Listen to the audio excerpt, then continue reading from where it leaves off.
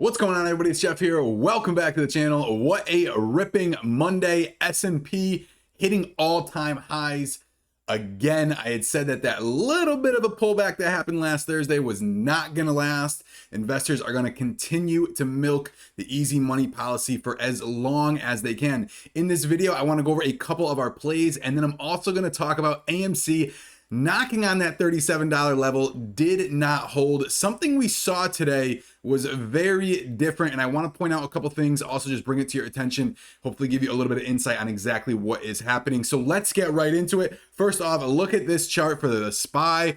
That constant rip, touching that 50 moving average and then bouncing back up. What happened back on Thursday, it didn't even quite dip to it and immediately went back up to all-time highs. The Fed is meeting this week. So like I'm saying, I still believe that the S&P is going to continue to run until the asset tapering actually begins. Just be a little bit, quick and vigilant for any of your positions that you are currently taking. Look at this right out of the gate. What a nice rip. Couple of plays I want to go over that we had today.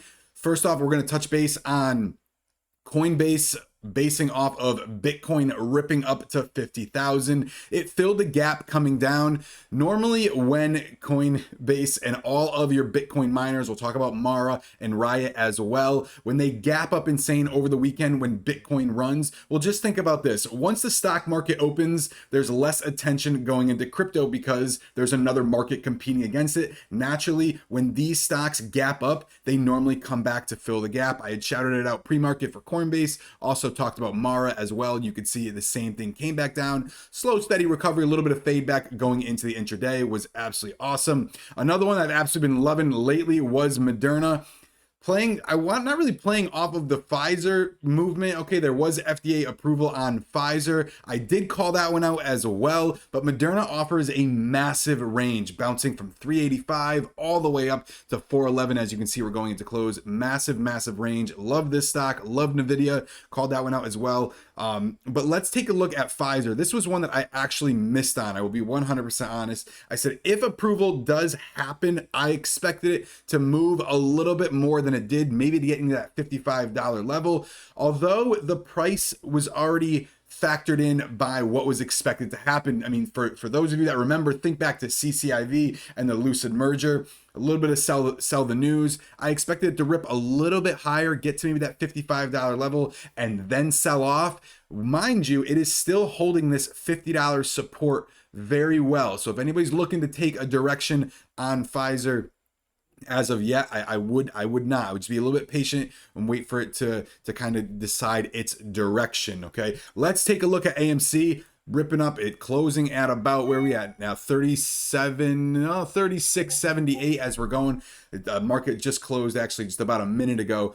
Ripped all the way up going into, and like I said, any shares that they had left to short were definitely, shorted towards the end of the day. Couple things I want to point out, especially for all of you that have been following my channel for a long period of time, and I've said time and time again that the SEC and the DTCC are trying to navigate the rivers, the shaky waters, in order to really calm everything is happening, because they cannot afford to lose the validity in the United States stock market. I've said that for months now. This is a tweet that came out from Gary Gensler talking all about everything that is happening, specifically including deceptive conduct by private funds, offering or accounting frauds, insider trading, market manipulation, failures to act in retail customers' best interest.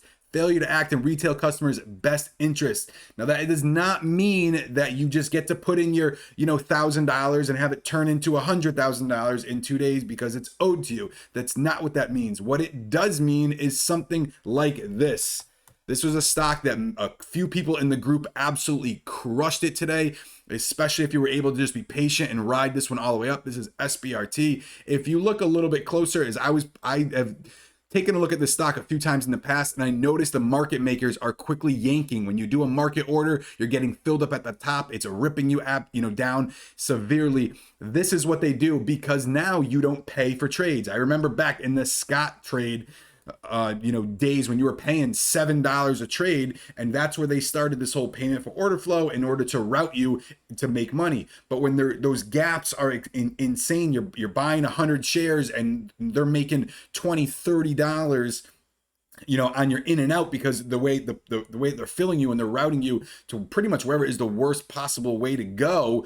That's what he's also talking to try to prevent from happening. All right, so it's something I've said, like I said, for a long period of time, and this is just coming in full circle. Picture it like a cruise ship trying to really make a full 180-degree turn. It does take some time.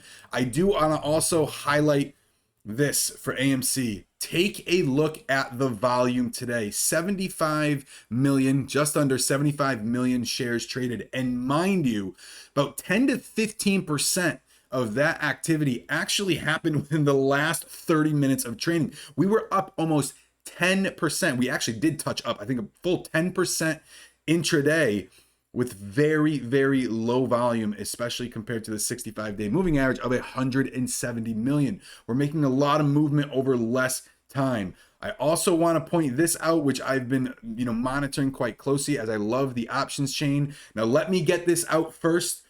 For all of you that have been AMC for a little period of time, you know that Monday and Tuesday lead to a little bit of a run up. So if you're not experienced buying options, please stay away from them. I know I cover them on my channel, but I still feel like a lot of people that are new to investing and are not very experienced might hear me talk about options and really just start swinging for the fences. So please, the market makers are playing this in order to take your money. So just be patient. But one thing I do like about some of these weeklies that are happening is the strike prices are much less. We're no longer at the 145. You will see them on the monthlies still, but the weeklies, it's $80. I think even on the puts is still $80. I think there is a couple weeklies that have it as a $55 put because of that manipulation happening. And also it says good to me that some of you are, retail guys that are really looking to swing for the fences aren't going to be YOLOing on that 145, expecting it to rip to 145 in, within the next couple days. Because like I said, these market makers will just, they'll fill it, they'll ride it up, they'll let that stock go up, and they'll rip it right from you. The open interest has decreased a little bit. All right, I have seen, I watched it come up today. There's about already, I think, 3,600 contracts that came through since I looked at this in just a few hours ago.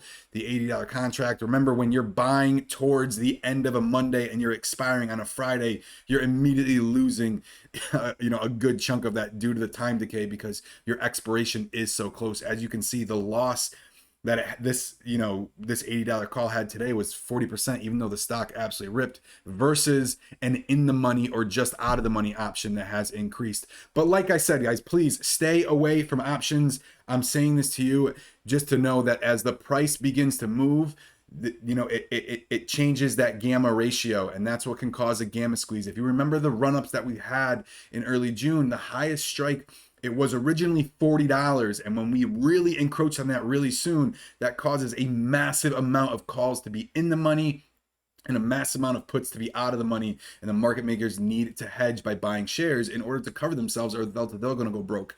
The next step that happened, I believe it was the $73 strike was the highest. We had another massive run up really quickly. That's what's known as a gamma squeeze. So shrinking down some of those strike prices will improve our odds as the price moves forwards. That's why I covered it. If you are interested in learning more about options or getting a privy from our pre-market plays that I go over every single morning, first link in description. There's an entire options course. It's literally a couple bucks. Come check it out. 3.5 hours. I put a lot of time and effort into it, where you can at least learn some of the basics going into it. So that's it for this video. Continue to wait how this week rides out, and I'll see you in the next one.